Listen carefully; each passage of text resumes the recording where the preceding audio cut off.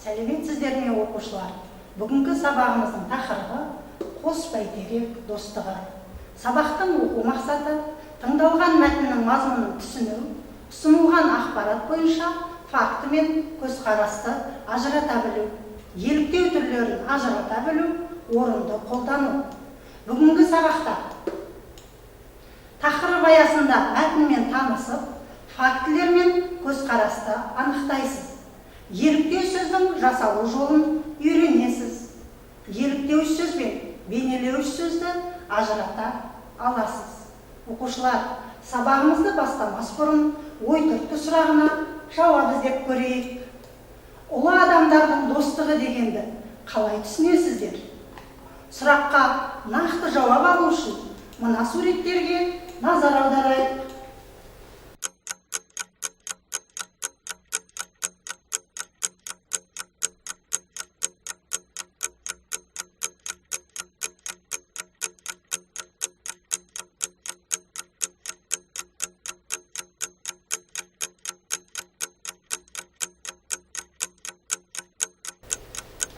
Суреттен ұлы тұлғалардың достығын көріп тұрсыздар.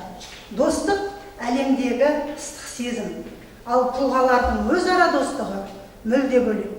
Ақын драматург Мұхтар Шаханов өз елімізден ғана дос таппай, қырғыз елінің халық жазушысы Шерхан Мұртазамен айнымас дос бола білді.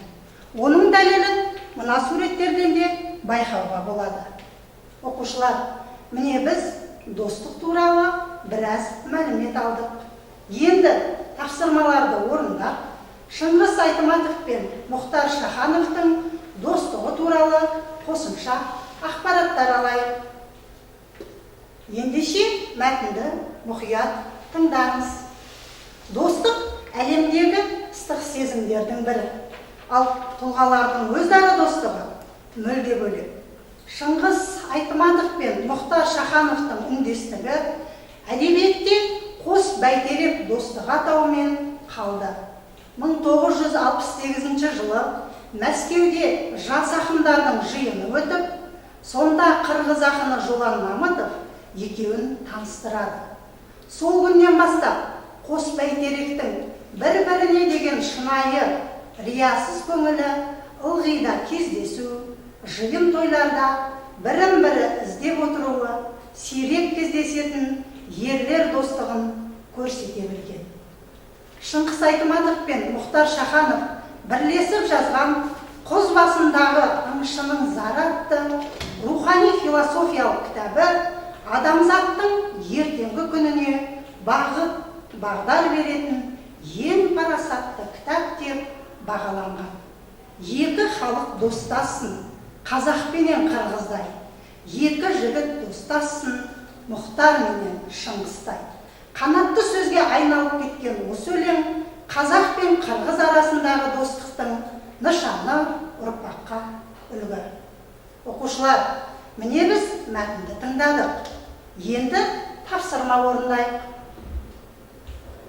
Бұл тапсырмада сіз мәтіндегі факті мен көзқарасты зерделеп ажыратасыз. Факт танылған, түсіндірілген, қабылданған деген объективті шындықты дәлел уәждер арқылы растау. Көзқарас, пікір, ой, ұғым, іске сәт.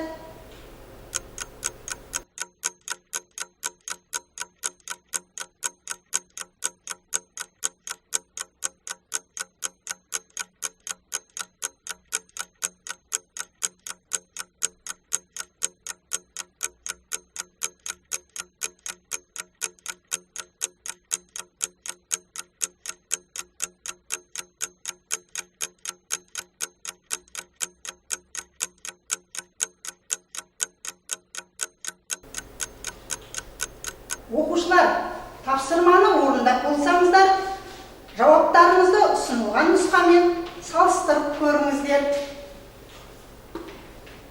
Факт. 1968 жылы Мәскеуде жас ақындардың жиыны өтіп, сонда қырғыз ақыны Жолан Мамытов екеуін таныстырады. Шыңғыс Айтматов пен Мұхтар Шахановтың үндестігі әдебиетте қос бәйтерек достығы атауымен қалды. Шыңғыс Айтматов пен Мұхтар Шаханов бірлесіп жазған «Құз басындағы аңшының зары» атты рухани философиялық кітабы адамзаттың ертеңгі күніне бағыт, бағдар беретін ең парасатты кітап деп бағаланған. Көзқарас қос бәйтеректің бір-біріне деген шынайы, риясыз көңілі, ылғи да кездесу, жиын тойларда бірін-бірі іздеп отыруы, сирек кездесетін ерлер достығын көрсете білген. Екі халық достассын, қазақ пенен қырғыздай. Екі жігіт достассын, Мұхтар менен Шыңғыстай. Қанатты сөзге айналып кеткен осы өлең қазақ пен қырғыз арасындағы достықтың нышаны, ұрпаққа үлгі. Оқушылар, міне біз мәтінді оқи отырып, фактілер мен көзқарасты анықтадық. Енді келесі тапсырманы орындайық. Галереяны шарлау әдісі арқылы қанатты сөздердің мағынасын ашып, өзіндік пікірлеріңізді білдіріңіздер. Қанатты сөздер: жақсы жолдас сыр шашпас, дос достың кемшілігін кешіре білер, досыңа өтірік айтпа, сенімің кетер, дұшпаныңа сырыңды айтпа, түбіңе жетер.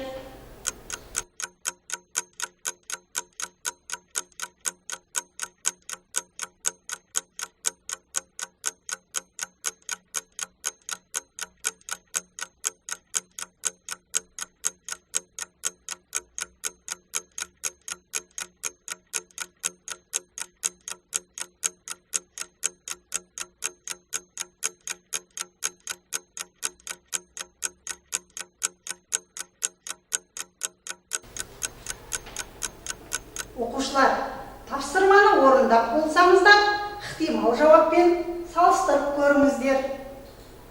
Қанатты сөздер: жақсы жолдас сыр шашпас. Достар ешқашан бірін-бірі сатпауы тиіс.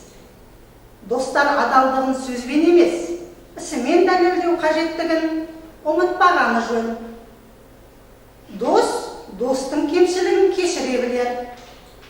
Достар бір-бірінің кемшілігін емес, лайықты істерін көре отырып, бағалай білуі керек, және кешірімді болғаны жөн. Досыңа өтірік айтпа, сенімің кетер, дұшпаныңа сырыңды айтпа, түбіңе жетер. Мен үшін достық дегеніміз адалдық пен сенімділік. Шынайы достар шыншыл, ішкі жан дүниесі таза болуы керек. Жарайсыңдар оқушылар, сендердің де болжамдарың осы жауаппен сәйкес келеді деген ойдамын. Оқушылар, енді ережеге назар аударайық. Сендер өткен сабақта еліктеу туралы мәлімет алғансыздар. Бүгінгі сабақта еліктеудің мағыналық түрімен таныс боласыздар. Еліктеу сөз мағынасына қарай екі түрге бөлінеді: еліктеуіш сөз, бейнелеуіш сөз. Еліктеуіш сөз деп айналадағы заттар мен құбылыстардың қозғалуы, бір-бірімен қақтығысуы нәтижесінде пайда болған дыбыстарға еліктеуден туған сөздерді айтамыз. Мысалы, сарт-сұр, тасыр-тұсыр, салдыр-гүлдір. Бейнелеуіш сөз деп табиғатта кездесетін заттардың қозғалысын күйін көру арқылы сипаттайтын, бейнелейтін сөздерді айтамыз. Мысалы, маң-маң, жалт-жұлт, қисаң етті.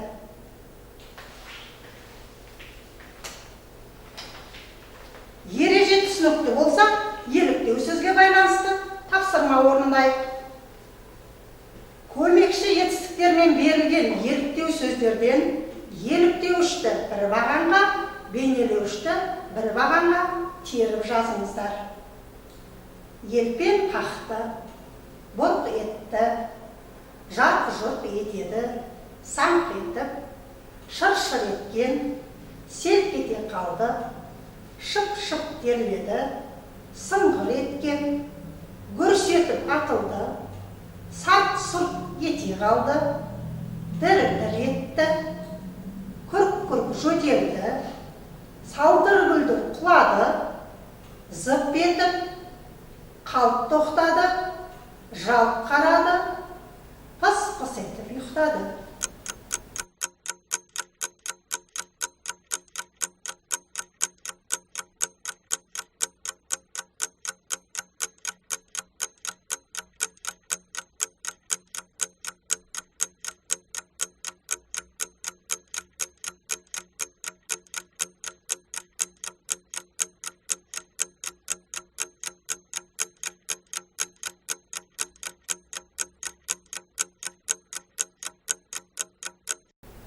Оқушылар, тапсырманы орындап болсаңыздар, жауаптарыңызды ұсынылған нұсқамен салыстырып көріңіздер. Еліктеуіш сөздер: саңқ етіп, шыр-шыр еткен, саңғыр еткен, гүрс етіп атылды, сарт-сұрт ете қалды, күрк-күрк жөтелді, салдыр-күлдір құлады, пыс-пыс етіп ұйықтады. Бейнелеуіш сөздер: елпең ете қалды, селк ете қалды, жапыр-жұпыр амандасты, шып-шып терледі, дір-дір етті, зып етіп, қалт тоқтады, жалт қарады, зу-зу етіп. Енді келесі тапсырмаға назар аударайық. Екі дос тақырыбында қызықты мәтін құраңыздар. Мәтінде дір-дір, маң-маң, тарсылдап, бұрық, еңкілдеп, сылқ-сылқ еліктеулерін қолданыңыздар.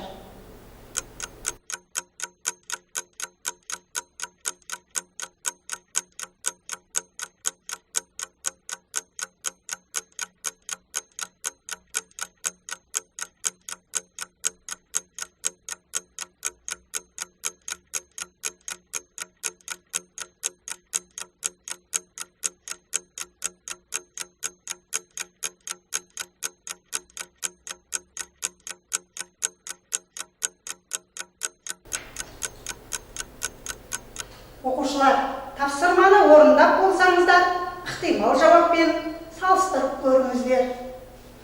Бір күні екі дос орманда келе жатады. Кенет алдынан маң-маң басқан аю шыға келді.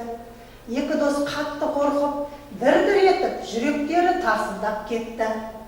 Біреуі тез есін жиып, жолдасын көтеріп алып, жүгіре жөнелді. Шекесінен аққан тер бұрқ ете түсті. Досын жыртқыштан құтқарғанына қуанған ол өз-өзінен сылқ-сылқ етіп күле берді. Досының әрекетіне риза болған жолдасы: досы көпті жау алмайды, ақылы көпті дау алмайды деген мақал бекерден айтылмаған екен ғой деп, еңкілдеп жылап жіберді. Жарайсыңдар оқушылар, сендердің де болжамдарың осы жауаппен сәйкес келеді деген ойдамын. Енді сабағымызды қорытындылайық. Бүгінгі сабақта сіз тақырып аясында мәтінмен танысып, фактілер мен көзқарасты анықтадыңыз. Еліктеу сөздің жасалу жолын үйрендіңіз. Еліктеуіш пен бейнелеуішті ажыратып, орынды қолдандыңыз. Осымен сабағымызды аяқтаймыз. Қош сау болыңыздар.